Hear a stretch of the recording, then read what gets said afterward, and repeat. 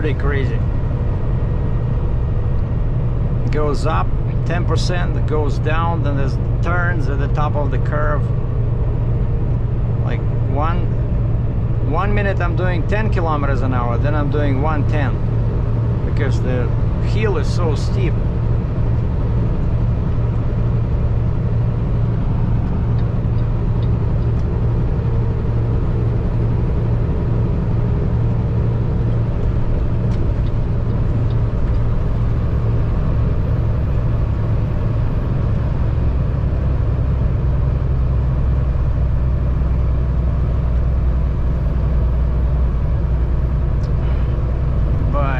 This is the second gas station I see, so I might stop and maybe I'll stop at the next one. No, I'll stop at the one when I get to 117. So there should be something there. 117, it looks like a big highway. I'm still about 50 clicks, 30 kilometers, 30 miles away. I see lots of nice houses. Oh, some lumber place. Yeah, so lots of nice houses, like huge ones, and look brand new. So how do they make money here? I'm thinking it's either farming or forestry, you know, some kind of timber operation, or fishing, hunting.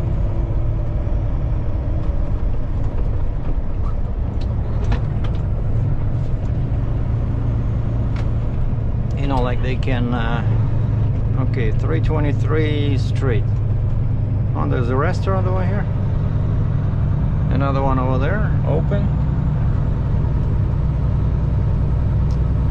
Yeah, like one guy told me, you know, what they do, like in a wild area like this, it turns out there's a lot of opportunities to make money.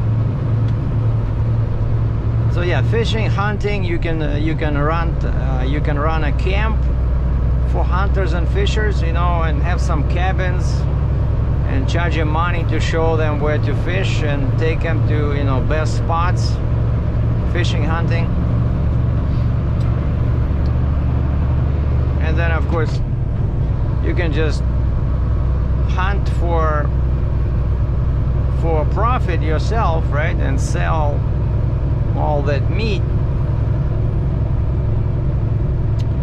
And then I'm guessing you can always have some kind of an internet-based business, home-based business, some retail store online, you know, where your customer buy something from your website and then it just drop shipped by your manufacturer, right? So you don't even have to store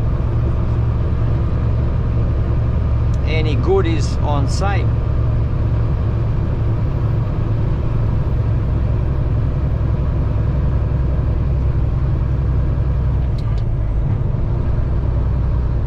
Yeah, very hilly road.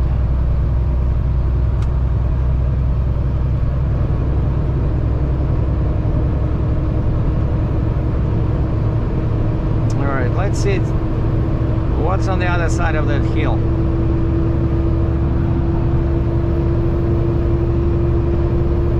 What do you guys think? I think I'll see some forests, maybe some mountains in the distance.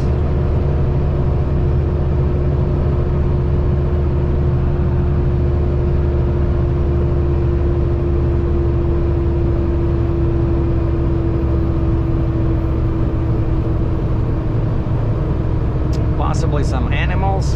There's a sign shows a deer. Come on, Cummins, you can do it.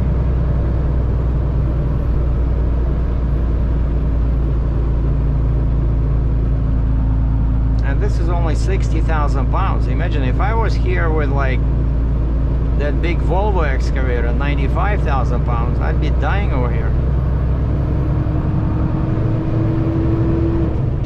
I really need to get that tuner. I need more torque.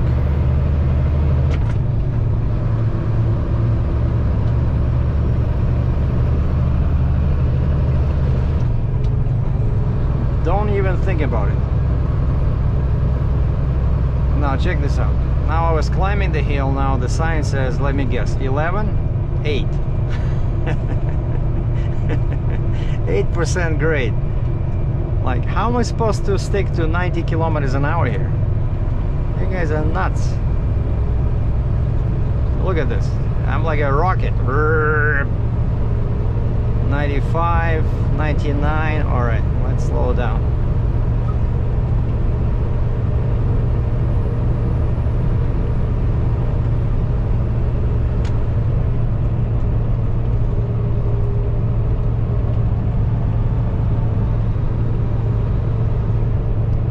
But this is definitely an adventure, you know. This is interesting, something to show you guys, because like I always say, you know, on the freeway there's nothing to show there, right? But here it's kind of cool, you know.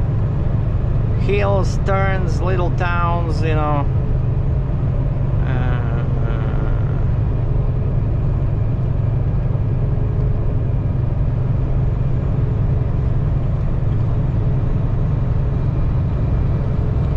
Guys are doing some construction, probably hydro, probably working on the electricity.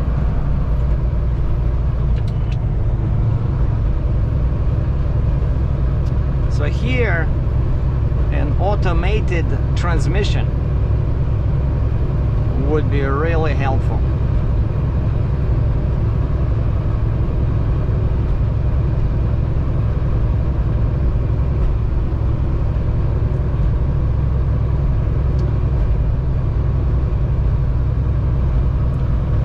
That's what I should do, you know, when I have some free time.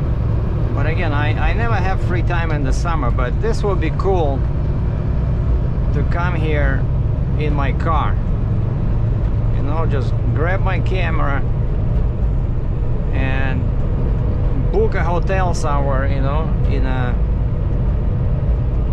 a wild area like this.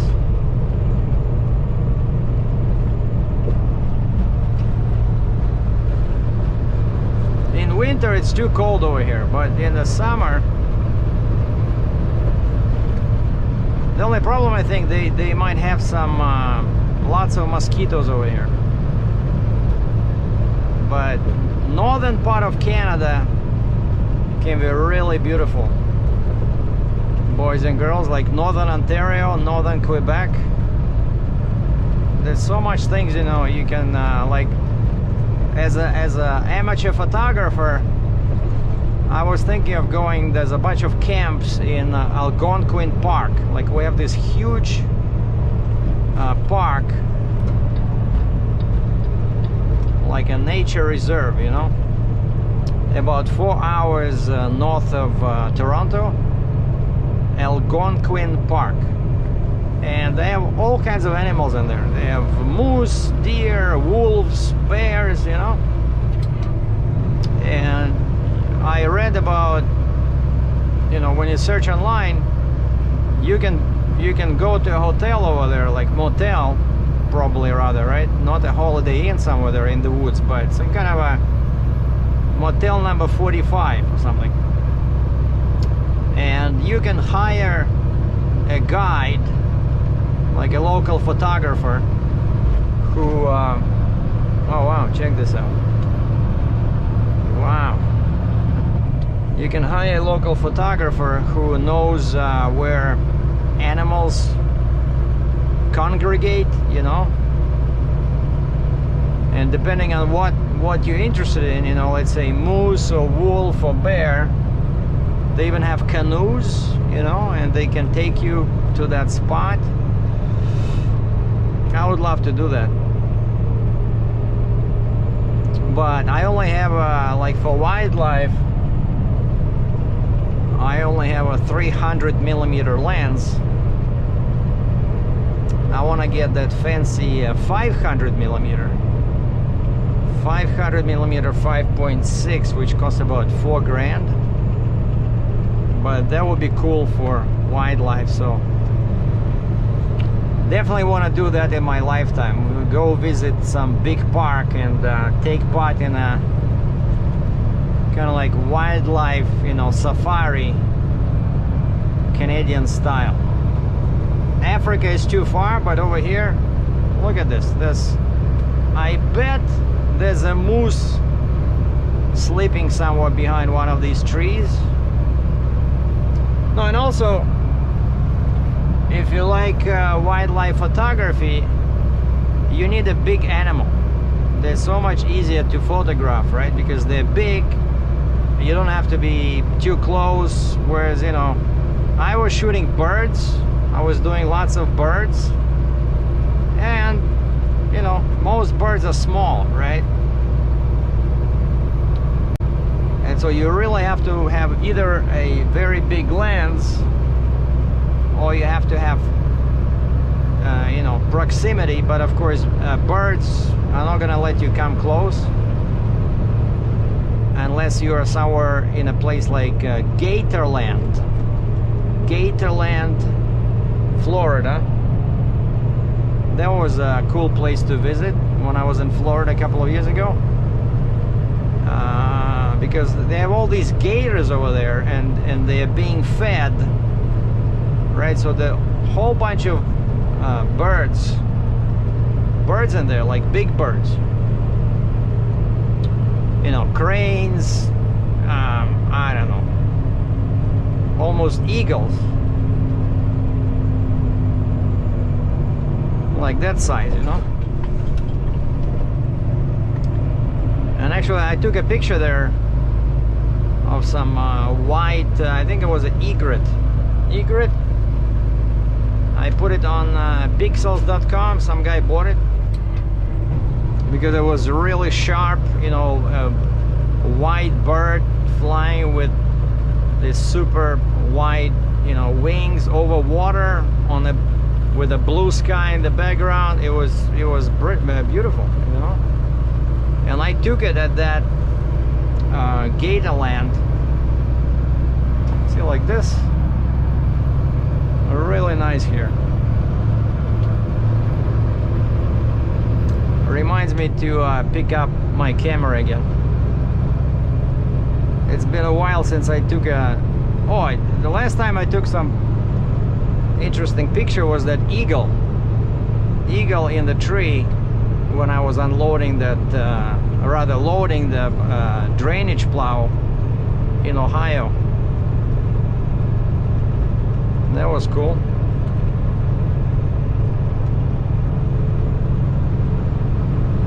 And you guys know what I'm doing here, right? Because somebody always asking me, like, what are you moving over here? What, this lever, what is this? No, that's not the turn signal. The turn signal is here. That's my... I was actually surprised when I got this truck, because on all my previous trucks, the engine brake was here. So you always have to reach like this. It was where this emergency lights are, because on my International there was a kind of a pull switch under the steering wheel on the left here, which was very hard to activate, and engine brake was here or here somewhere. But I know I had to go like this. It was not very convenient. But on a Kenworth they put the engine brake here. And so position 3, position 2, position 1. And so as soon as I release the throttle, the brake activates. See, now I push the throttle down, the brake disappears. And so it's kind of like semi-automatic braking, which comes in really handy on a road like this, you know. So for example, now check this out. I'm coming into a turn, right? And I'm not touching the brake, but my engine brake is in position 2. As soon as I release the throttle, it starts braking. And what's also cool and I only learned this probably a couple of years ago, is that when I release the throttle and I'm not touching the brakes, just using the engine brake, and I release the throttle, the engine brake comes on, turns out my brake lights come on, you know, because I noticed that I would follow a guy down a steep hill and his brake lights were on, and I was always thinking, this guy's an idiot, he's using his brakes going down, why you don't use your engine brake? Because, you know, brakes can overheat and fade. And then I realized once, I think in the darkness somehow, I was able to see my lights come on when I was using the engine brake. And this was finally verified when I was driving with a pilot, oversized load, right, with a pilot, and we were going down a big hill, and I put my engine brake on, and I released the throttle, and I called the guy on the radio. I said, hey, are my brake lights on or off? And my foot was not on the brake. And he says, your brake lights are on. What's going on? I said, well, I was just testing a theory that I did not know this before, that actually your engine brake activates your brake lights, which is super cool because it warns, it gives a warning to people behind you that you're braking, right? All right, where's that 117? Man, still like half an hour away. Yeah, and Google wants me to turn left on some Run de Colin in 14 kilometers. I cannot do that, I'm sorry. I have to follow this road until it merges with 117. But you know, Google always tries to do this to you. You have to be careful, because of course it does not know that I'm driving a truck, right? It thinks I'm driving a car. And if I was driving a car, yeah, maybe I would consider that shortcut. But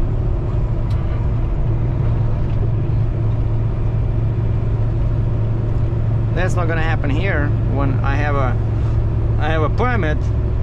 And again, what makes this useful, right, is because I already have a route. I have a route on my permit. I don't need this to tell me which way to go,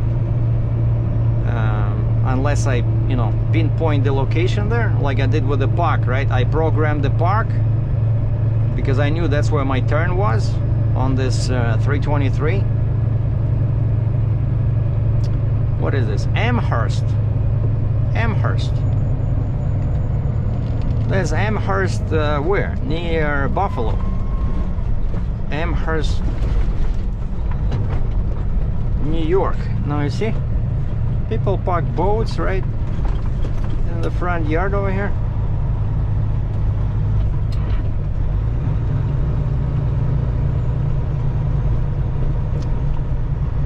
Open. What do we have here?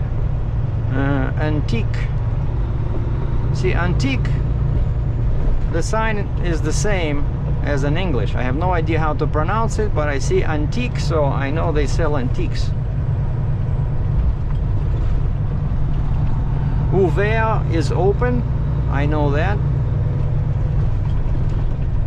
It's amazing how much you can learn from the situation. You know, when you see the same situation,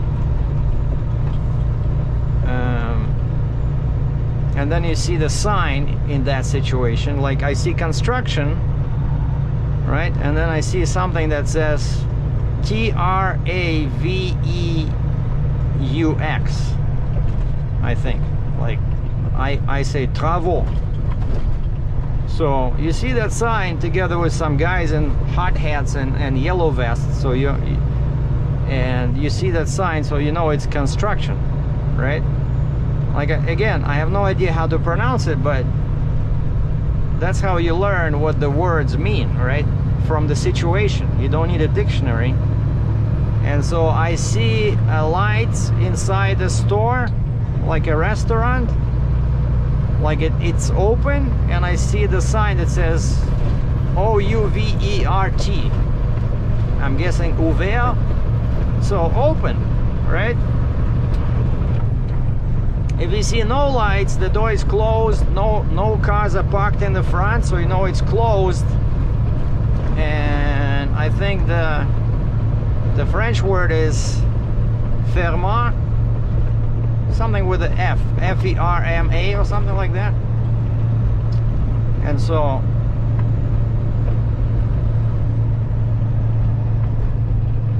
pretty much I know French, you know, enough little bit of French words to help me navigate here, find my way around, and use Google Maps, you know.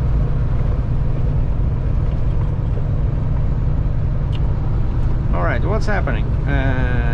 10 clicks to my turn that I cannot make.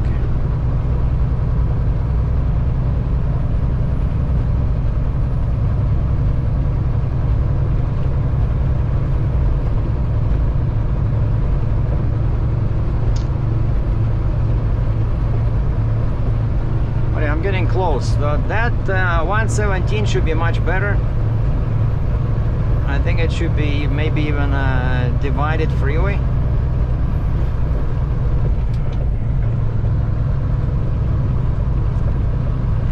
I think probably I'm not gonna even deliver today. Maybe I will. It says I'm 405 clicks away, and time now is 10:25, and the guys close at 5. So we'll see what happens when I'm like 1 hour away. I'm gonna call them and see if they can wait for me or something.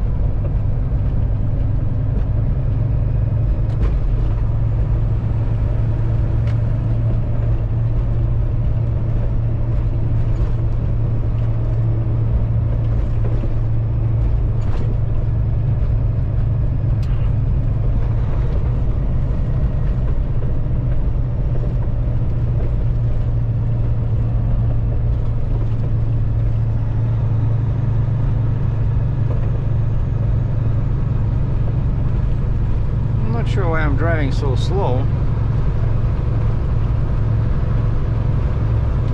I wasn't sure about the turn, and the road is pretty bad.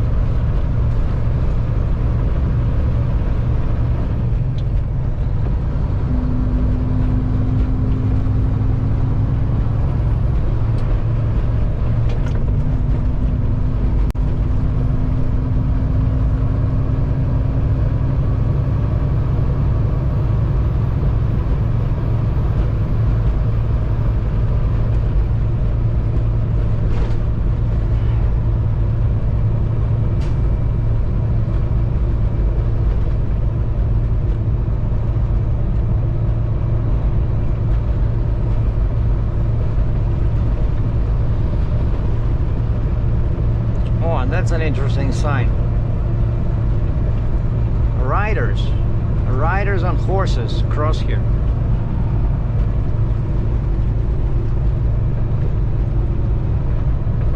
Horsey. Too bad I don't have a carrot or an apple. I know horses that like apples. Apples and carrots.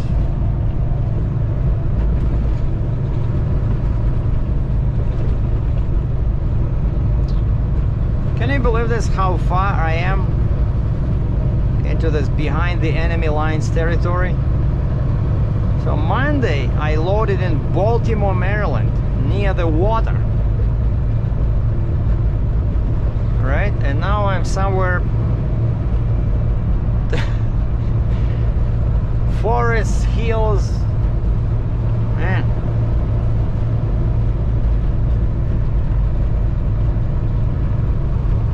But that's part of the job that makes it interesting, you know. You visit so many places like a tourist that I would not know they existed if I wasn't a trucker.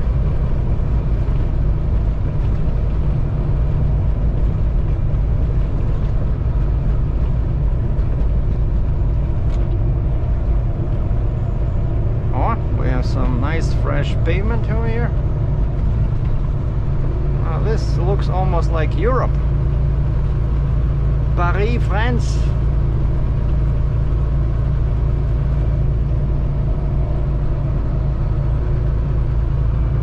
There's some kind of a river to my left, or a lake.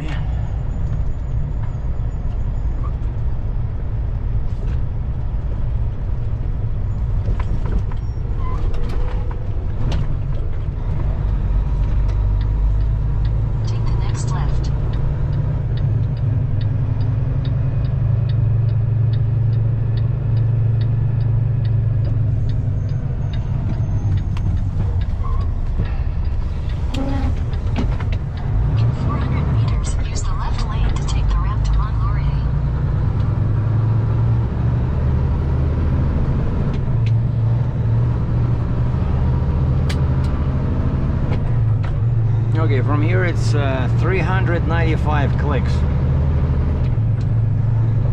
So 240 miles. Time now is 11 o'clock, quarter to 11. Use the left lane to take the ramp to Mont Laurier, then merge onto Route Trans-Canadian. But now it's gonna be better. I think it should be a divided highway. Continue on Route Trans-Canadian for 42 kilometers.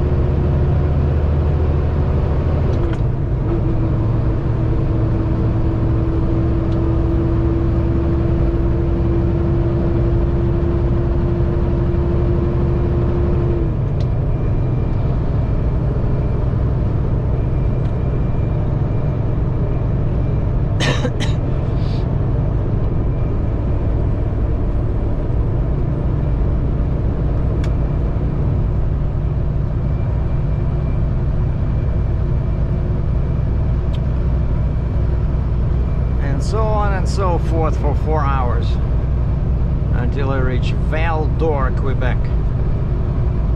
Hopefully it'll be today. Well, the birds are singing, the grass is green. That's what I see from my cab. Behind me is Petro Canada. I hope I can get out of here this way. I just drove straight in because I couldn't turn around, but I saw guys coming from that side and leaving this way, so I'm gonna do the opposite. I'm gonna go that way because I have to go that way. That's Highway 117, and I just went in, and these guys, of course, in Quebec, there's always great food at gas stations. I just got a sandwich, some cheese sticks, got a coffee, and even a beets salad. Beets salad. You don't see that at a regular truck stop, or even like a small gas station. So good food. I bought another bottle of water because I'm running low on water. And the new development is that I've been checking my email and I still don't see the revised rate confirmation. And I ran into this before where I tell them, I tell the broker that, hey, I'm not gonna deliver till I receive the revised rate con. And one guy says, oh, you don't have to wait for the revised rate con, you can deliver now. I said, no, you don't understand. I will not deliver until you send me the revised rate con. Because this is the one where all the permits are added. So in my case, this is it's like $1,300 US. And so if I don't get it now and then I deliver, then I have to worry about this, chase them, because I cannot factor this, right? If I cannot tell my factoring company, hey, don't pay me X, pay me X plus 1,300 because I'm gonna get a revised rate confirmation sometime before Christmas here. And so so my rule is, my rule is I do not deliver until you send me as the broker the final rate confirmation. And again, our agreement was a rate plus permits, right? So they issued me a rate confirmation for X amount of dollars, and the rate is X plus permits and escorts. And then I send them copies of all my permits and the receipts from my pilot and receipt from the bridge. And I say, okay, please send me a revised rate confirmation. So now they have to add this $1,300 US and send me, the new one, and I can use that in order to get money from my factoring company. And so I see no emails. I emailed the guy like 3 times. Send them all the permits yesterday, right? Nothing. He told me that my main broker went on mini vacation. He says I'll be back Wednesday. Stay in touch with my colleague Elijah. All right, so I'm staying in touch with this Elijah, but he doesn't have the authority to issue rate confirmations. He says only this guy can, like the main broker. And so I asked him again yesterday, this morning. I said, I sent you guys all the permits. I understand it was like late yesterday night, but now it's already 12:30 here, 11:30 in Minnesota. They're based in Minnesota, but still. He says, he got delayed. He'll be back tomorrow. I said, so not Wednesday, but Thursday now, right? He says, yeah. I said, well, I'll tell you what, I'm still 300 kilometers away, 300 clicks, or 180 miles. On this road, it'll take me, see, even here it says, if I don't stop, it says arrival 3:53 p.m. So 4 p.m. right? If I don't stop for 4 hours. But they close at 5, right? and I don't have the revised rate confirmation. And so that's my solution. I told the guy, hey, in this case, you guys go on vacations, right? Like trucking is supposed to be 24/7 operation, but only, remember this, boys and girls, when they say trucking is a 24/7 operation, they only talk about drivers. Yeah, trucking is a 24/7, you know, you gotta keep working. But brokers, shippers, consignee, they don't give a darn. Okay, so it's only for truckers. For truckers, yeah, it's 24/7. So when can you deliver? Oh, how far are you? What's your location? This guy was tormenting me yesterday. What's your location? And I'm driving. Like, I send him an update in the morning. Normally that's what I do. I send one update in the morning, and then in the middle of the day he says, what's your location? What's your ETA? To consignee. I wanted to say something smart ass, you know, like you get one free status update in the morning, everything else is 20 bucks a piece. But I didn't have time to type, and then I just told him, I said, I'm in Watertown, New York. We'll be at the bridge in half an hour. And so they require all this from me, but when I need something from them, like the revised rate confirmation, 6 a.m. tomorrow. He says he'll be in the office at 6 a.m. Central Time. So, okay, then I'll deliver at 6:15 a.m. tomorrow. And he says, okay, let me talk. We have a supervisor here. He says, I'm going to talk to my supervisor. Maybe the supervisor can issue this rate confirmation. If not, we'll just wait for the broker to come back to work tomorrow.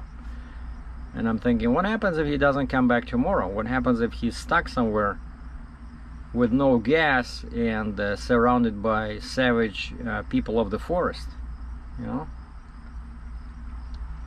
Then I'm not going to deliver until I have that said rate confirmation. So I'll tell him, hey, get your supervisor, let's get this wagon moving, because I have this dozer to move. Oh, by the way, I just emailed the guy.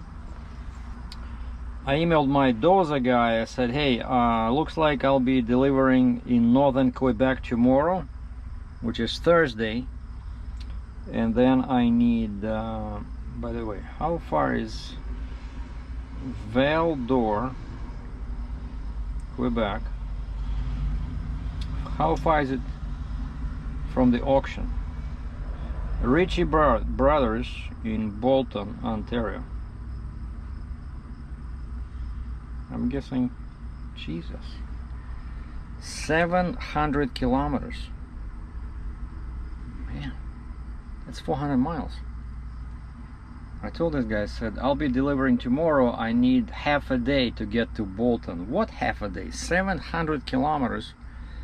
It's 420 miles. See? That's where I'm delivering. That's where I am now.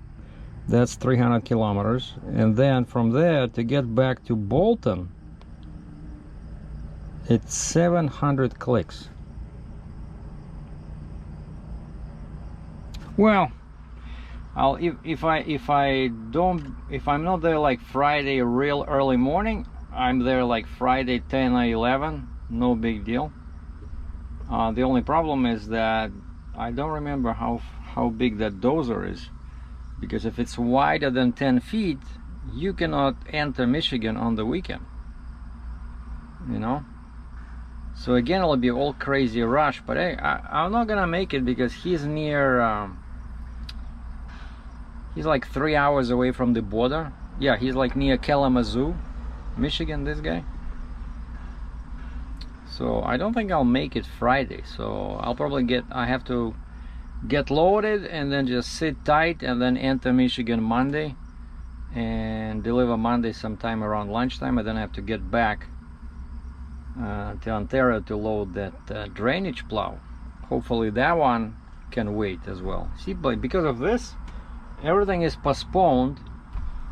And now another guy wants me to move a crane from US to Alberta. I gave him a quote. He likes the quote. All right, so when can you load? And I'm like, Jesus. I said, I'm under load now. I have 2 more loads to do, hopefully. You are number 4. And he's like, what day can you load now? I said, I'm tied up this week. And he says, what day can you load next week? And I'm like, what do I tell this guy? And I just said, I don't know yet. So, man, so like I said, you see, August gets crazy busy. Like July I was half asleep all the time. Now all of a sudden again I have a lineup of loads, you know, and I don't like this. Of course, on the one hand, I like this, that, you know, the money is coming in, but it's very stressful. You know, like you do one load, there's 20 people already asking you, okay, when can you do that? When can you do that one? But so far, I only agreed definitely to this dozer load. So I'm gonna keep it one load for sure, and then the rest of the guys are not sure. So I'm not sure about that crane from US to Alberta. I'm not sure about the drainage plow, if the guy can wait.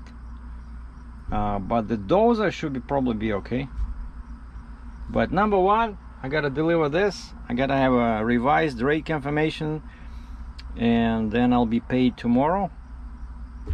Which, by the way, for me, that's another advantage. Even if I deliver right now and I send all my paperwork to the factoring company, they're not gonna give me money until tomorrow, because it's too late. I have to send in my paperwork before 10 in the morning, right? So since now it's 20 minutes to 1, they're not gonna process it until tomorrow morning anyway. But if I deliver first thing tomorrow, I will get paid tomorrow. So for me, in terms of money, there's no difference.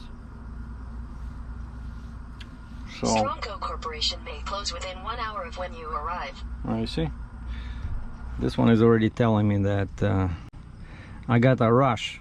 Screw this, yeah, I'm not rushing. I'll just have to find, basically, yeah, I see my battery is dying, so I'll just find a truck stop somewhere near.